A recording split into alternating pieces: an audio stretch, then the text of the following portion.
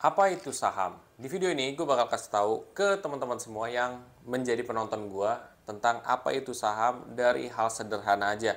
Buat teman-teman semua yang penasaran, simak video ini sampai habis.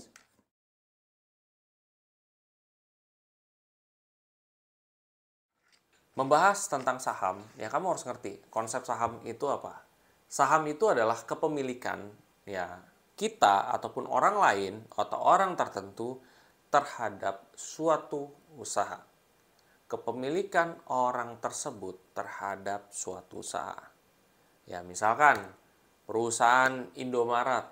Ya, Indomaret dia itu kan pemiliknya siapa? Misalkan, oh dia Antoni Salim. Ya udah Antoni Salim berapa persen? Siapa lagi berapa persen? Siapa lagi berapa persen? Nah, berarti yang punya Indomaret itu ada beberapa orang. Misalkan lain lagi, kita warung sebelah, misalkan rumah gue, namanya siapa? Misalkan Pak A dan Bu B ya. Nah, berarti pemilikannya itu Bapak A 50%, Bu B 50%. Ya gitu. Atau mungkin lo punya lo lihat usaha lagi dia apa ya? Temen lo nih, foundernya, ada co-founder lah, ada dua gitu.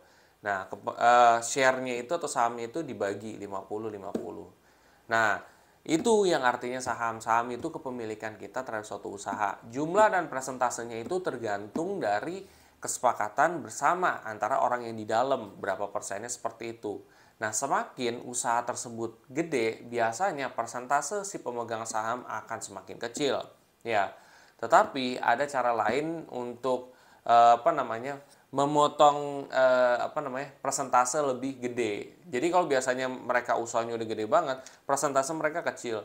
Tapi mereka tetap usahain walaupun kecil itu lebih gede dibandingkan dengan yang lain. Supaya apa? Supaya dia ketika punya keputusan itu lebih didengar dibandingkan orang lain. Ya, jadi saham itu fungsinya bukan hanya sebagai pemilikan doang, tapi untuk sebagai pengambil keputusan. Ya, jadi kalau misalkan dia punya saham lebih gede atau punya hak lebih gede ya, berarti dia lebih bersuara, lebih harus didengarkan ketimbang yang lain. Itulah makanya kenapa ada yang namanya majority stock ya, stock atau majority shareholder itu biasanya dia punya hak lebih nih ya dalam hal pemegang saham atau dalam hal perkembangan usaha. Terlepas dari keputusan dia benar atau tidak. Mudah-mudahan pengetahuan gue di episode pertama soal saham ini dapat membantu teman-teman semua untuk mengerti saham itu seperti ini. Buat teman-teman yang setelah ini termotivasi untuk mulai berinvestasi saham, lo bisa pakai kode referral gue di kolom deskripsi di bawah ini juga. Dan apabila kamu merasa video ini sangat bermanfaat, lo bisa coba share aja ke teman-teman atau sanak saudara lo lain. Siapa tahu mereka juga ingin tahu dasar saham seperti apa. Atau mungkin teman-teman kamu kuliah juga bisa kamu share. Sampai jumpa di video selanjutnya. Terima kasih.